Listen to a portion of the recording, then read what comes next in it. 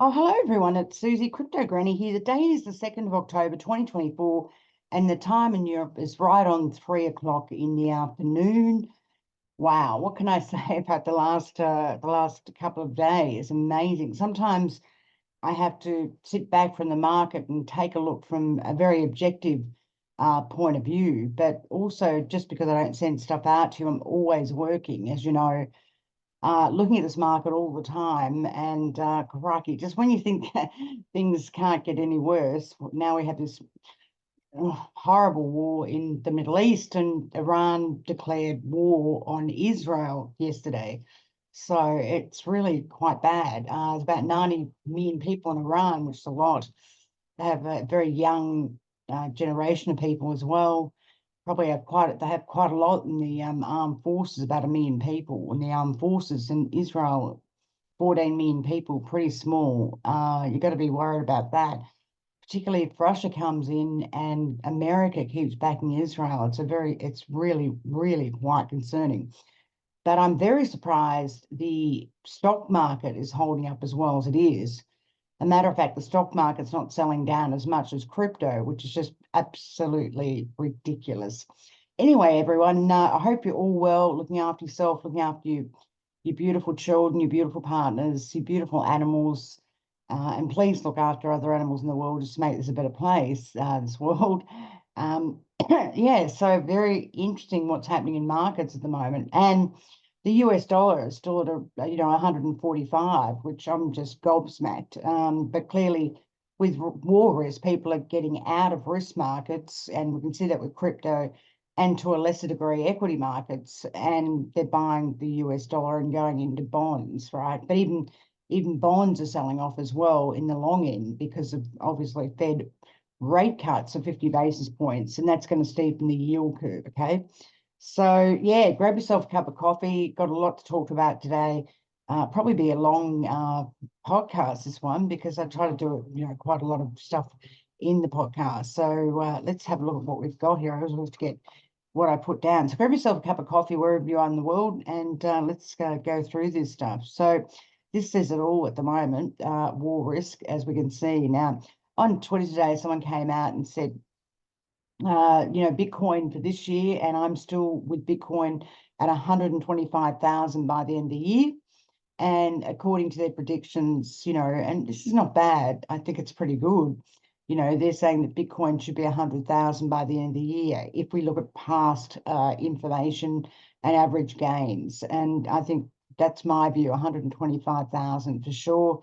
Standard Chartered there at 125 to 150 as well. So interesting. So I'm a bit tired today. I don't know why, but I did get up a couple of hours earlier than I normally do. So I'm a bit croaky today, but anyway, not to worry. So, I'm still a bull to buy any dips in this market. If the market tomorrow, Bitcoin drops down to 58,000, somewhere around there, or 57.5, 57 to, 500 or something. We're going to be a buyer of more Bitcoin and BCH and a few other things. Okay, so get ready for some buys tomorrow. If this market is down tomorrow, the crypto market particularly, I'm still ultra bullish. And also Pepe goes down another 14% or so. I'm a buyer of Pepe as well. So let's just, there was another Twitter here I wanted to show you, and then we'll look at live coin watch. This one here was from Samson Mao. It said, imagine trying to hedge against war by selling Bitcoin to buy paper gold that you can't move anywhere in the event of an actual war. And, he's absolutely right. In terms of war, stock markets get closed down, centralized exchanges get closed down, particularly the fiat exchanges. And, the thing to be in is Bitcoin, absolutely, because, Bitcoin, you can basically, it's convertible anywhere in the world and it's decentralized. So, paper gold is a problem. You can sell certainly physical gold but then you get hit with huge commissions. So, it makes sense to have Bitcoin, and selling Bitcoin is just crazy, really, because there is no supply of Bitcoin. So for me, any dip in Bitcoin, as long as it's, more than 10% and it holds this sort of 56,000 area, is a buy as far as I'm concerned. And certainly under 50, some clients bought what about, I don't know, 4 or 5 weeks ago when Bitcoin was below 50,000, they got into 49,941.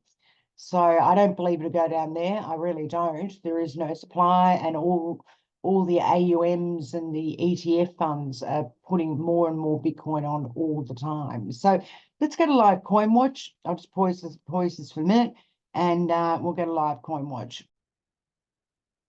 Let's have a live coin watch, people. Market cap today is 2.147 trill. Volume's reasonably high at 115 bill. Liquidity is very good at 5.93 bill. Under 6, it's pretty good. Between 4.5 to 5 is pretty good liquidity. Lower than 3.5 is not great liquidity, but certainly around 6 billion is pretty good liquidity. Bitcoin dominance is 0.56, 0.04.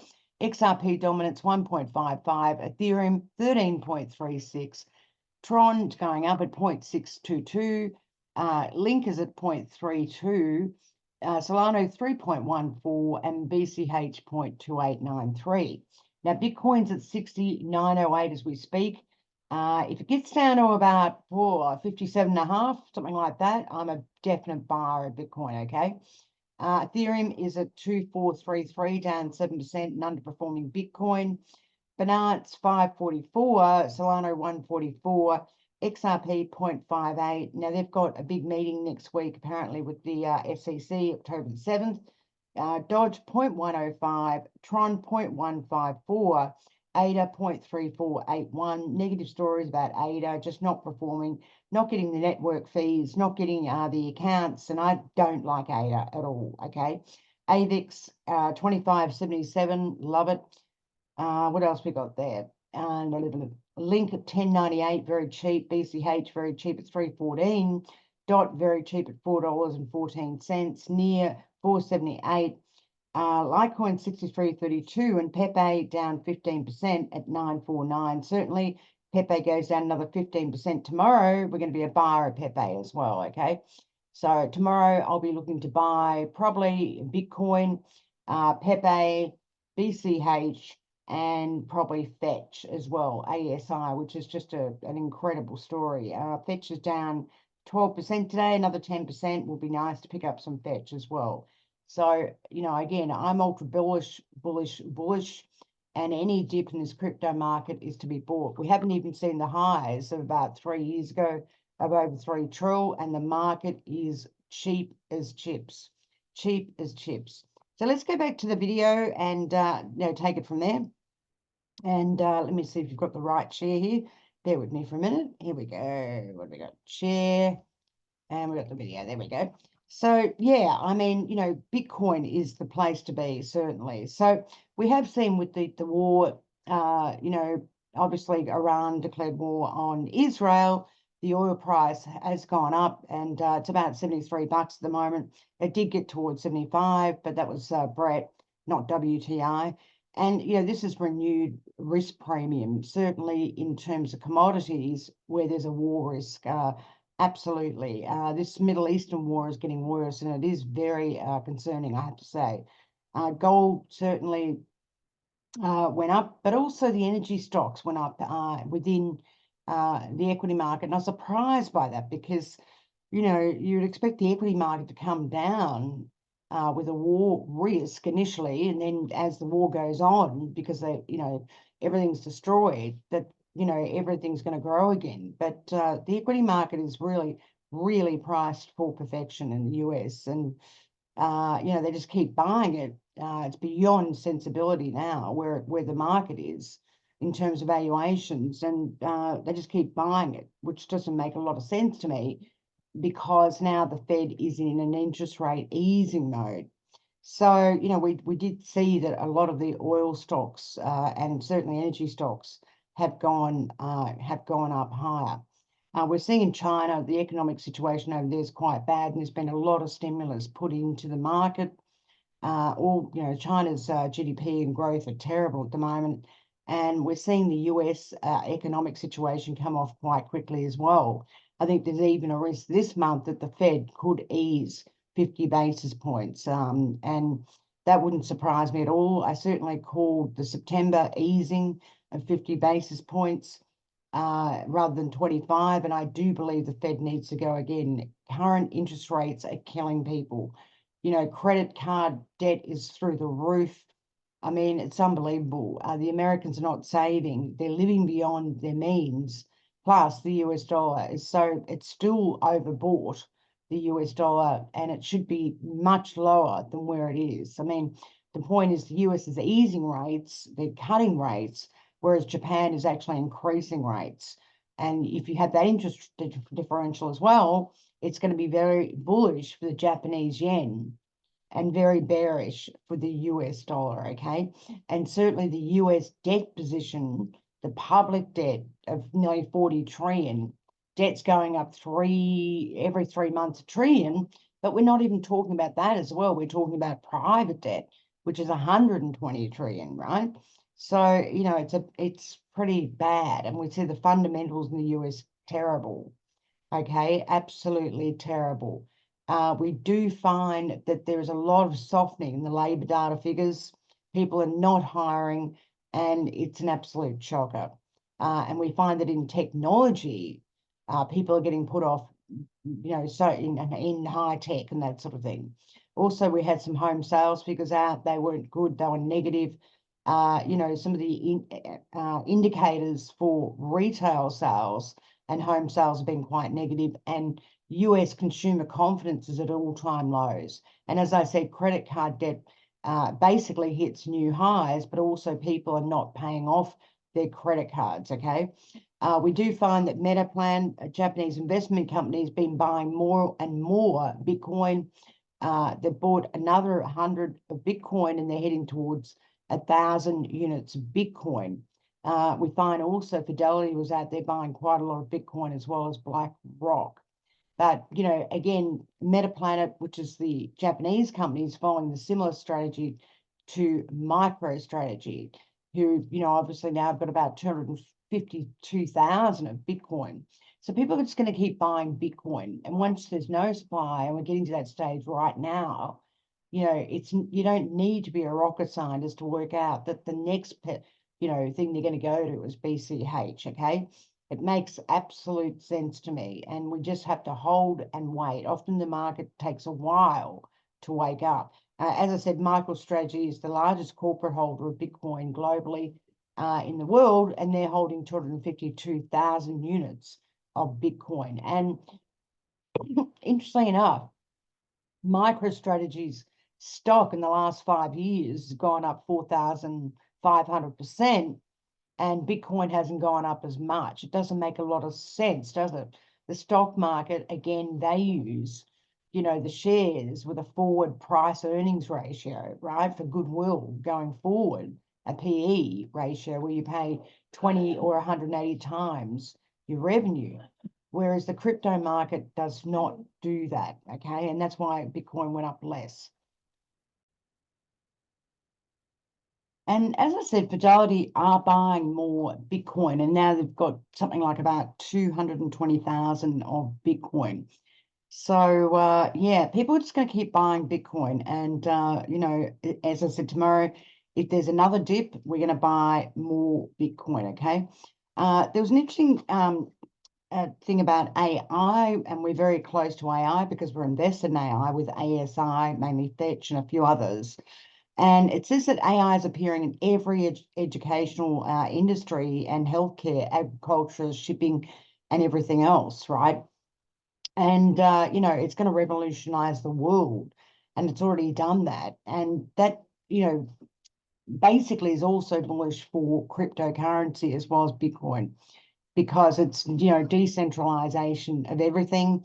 And certainly with AI and Chat GPT and Perplexity, you can ask it all so many different questions and get it to do so many different things for you. So to me, it's a technology world that's also, you know, really supportive of the crypto market. And there's still a lot of opportunity to buy ASI. Fetch, which is at the moment $1.47. So if we get another dip down tomorrow, we are definitely buying more Fetch. So what else we got here? We know that the retail has been buying a lot of options, and certainly last Friday we saw huge option prices, expiring, and something like about 5.19 bill. So really interesting. We're also finding that China are buying cryptocurrency, and they're buying it through Hong Kong. And I've mentioned this in the past. Even though in China cryptocurrency is illegal, they're actually buying crypto via Hong Kong, and mainly Bitcoin and Solano, a bit of XRP, and also a bit of Tron as well. So China's in a big hole at the moment, and there's a lot of stimulus within the economy. The Chinese government's basically reducing interest rates, but also creating heaps of money in the system, because their property development companies have been going broke, like Evergreen, for example. And it's just a shocker, okay? Plus, they've got massive tariffs now, the US against China. So it's not a great story for Beijing. And we do see that they're actually, cutting interest rates quite aggressively. Also, Ethereum, there's been a lot of stories about Ethereum underperforming, and people, keep seeing the founders of Ethereum selling Ethereum. Also, the Ethereum ETF funds, the exchange traded funds on the US stock exchange, are not trading as well, certainly as Bitcoin. Bitcoin, everyone's buying Bitcoin at least 10 to 1 to Ethereum, and Ethereum is, as far as I'm concerned, very overpriced for what it is, and I don't believe it'll be in the top 10 within a year. Many people are talking about Chainlink as an incredible story. I think it is an incredible story. They've now got ANZ Bank using Chainlink as well. Also, they've got other people, Chainlink, many people are using Chainlink, not only Swift, but, heaps of people are using Chainlink, right? Chainlink is incredible, and I do believe it'll outperform Solano this year and next year. And it's actually, some people are saying, Chainlink at 10.98 for the revenue that's coming in. It could even potentially, be a lot higher than Ethereum, and I believe that will happen, okay? It's just people don't realize the value in the clients that Chainlink has, okay? And ANZ will use Chainlink's cross-chain interoperability protocol, which is amazing. And ANZ's one of the largest banks in Australia. There's 4 large banks: ANZ, National Australia Bank, Westpac, and Commonwealth Bank of Australia. And they all will use Chainlink. There's no doubt about that, because Chainlink is the best pricing oracle out there, has the best security, and it's interoperable across many different blockchains. So this is a big story for Chainlink, a huge one. And they've got all the banks as well through Swift, 11,500 banks in the world, which is quite incredible. Just bear with me for a minute. I just want to sell some DAX, or the DAX index, because the equity market's going down today, and it should be. So yeah, Chainlink's a great story, and we know that also EGLD is also using Chainlink for their data streams, and every crypto in the market needs Chainlink, particularly if it has its own mainnet. We know that there's got about 10 million coins and tokens now. So not only that, Chainlink's got the whole crypto market, because it stands alone, and the other one that's in competition with it is Pyth. And I've been keeping a very close eye on Pyth. One of my members, my clients, told me about Pyth, but I do believe that Chainlink will outperform everything, and I think that's where our bets are, and that's where I'm staying. It's a great story, and it's very, very, very cheap. Anyway, what else have I got here about Chainlink? Okay. Also, there's been stories about tokenization, and there was a report that came out with Chainlink in it. And they were talking about tokenization in 2030, which is not very far away, people, 6 years. Tokenization is going to go to $10 trillion or more. And I think it'll be more than that, because you're talking about all sorts of assets that weren't liquid, making them liquid by cutting them into smaller pieces and selling those smaller pieces to the retail element, right? And so anyone could own a Picasso, anyone could own the rarest stamp on earth, that came out of Guyana.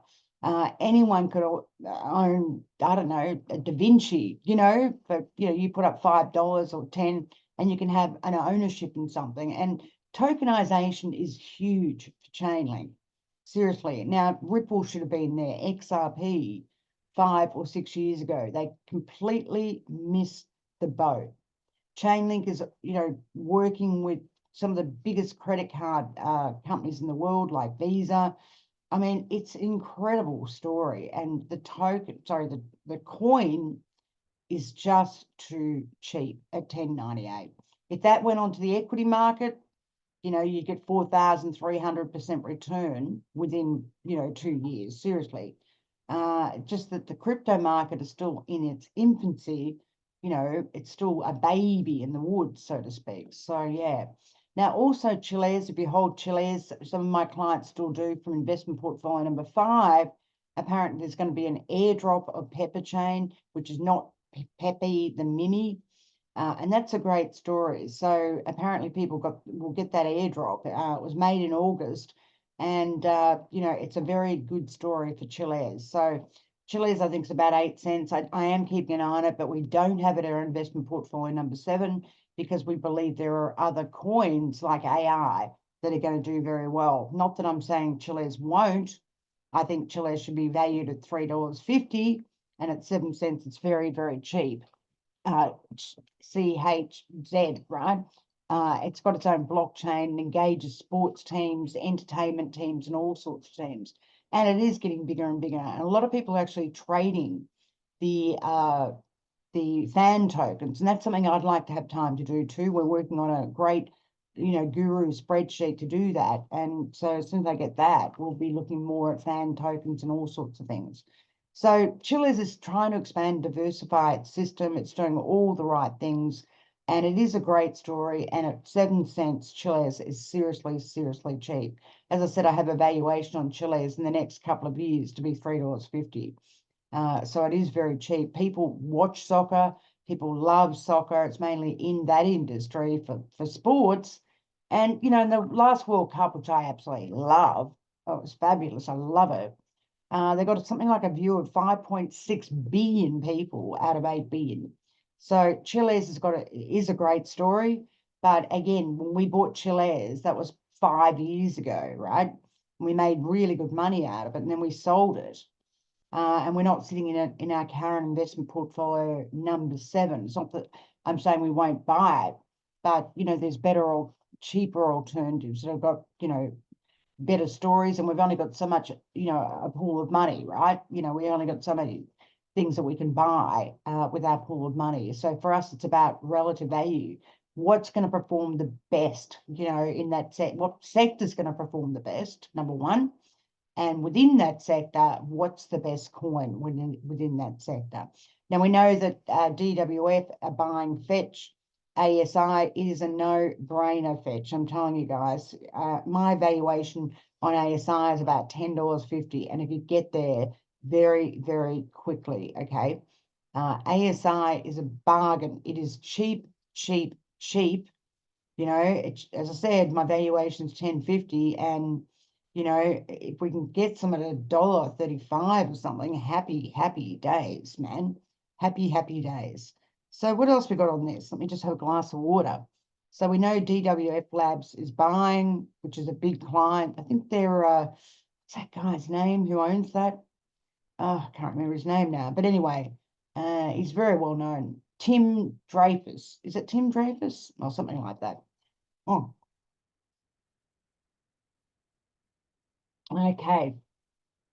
So, yeah, if we get another dip tomorrow, people will be buying ASI as well. BCH, Chainlink, ASI, BTC, Course Link, of course, and some Pepe as well. So, I am bull, regardless of a wall. Crypto should be going up, okay?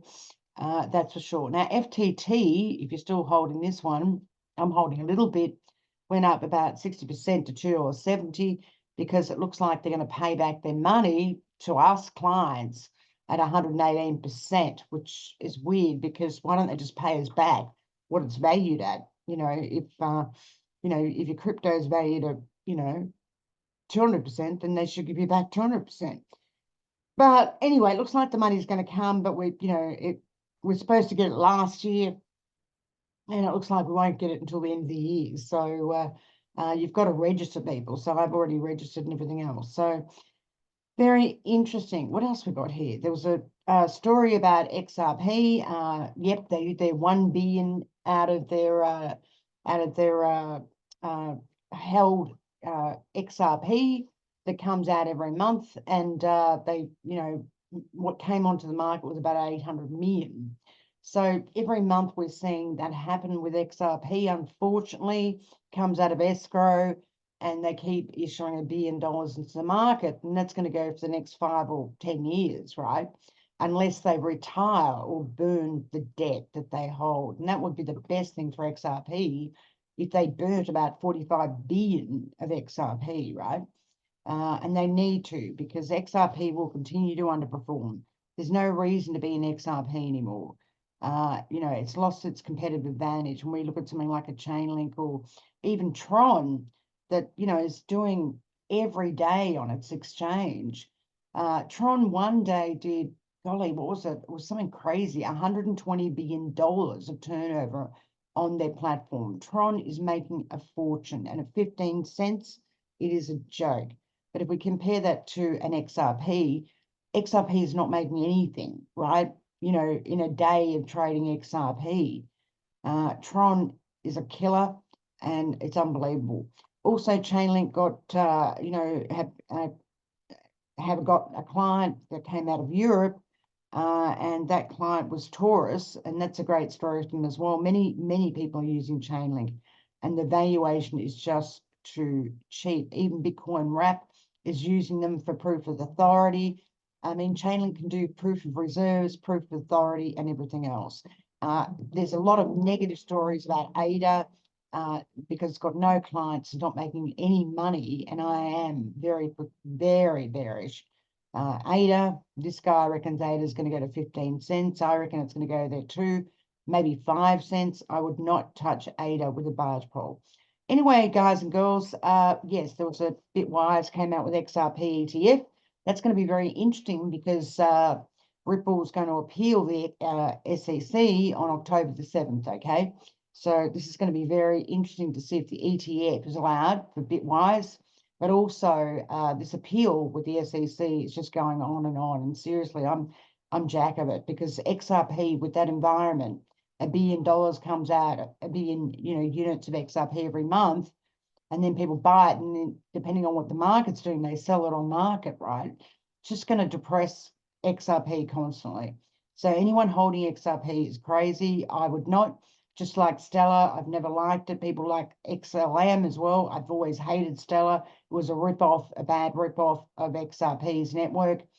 But, you shouldn't be holding those coins. Anyway, guys and girls, please have a good day. Enjoy yourselves. Please look after your family, your beautiful friends, your beautiful partners, your beautiful children, and your beautiful animals. And please look at it after animals in this world just to make it a better world. And thank you very much for listening and supporting me. Thank you.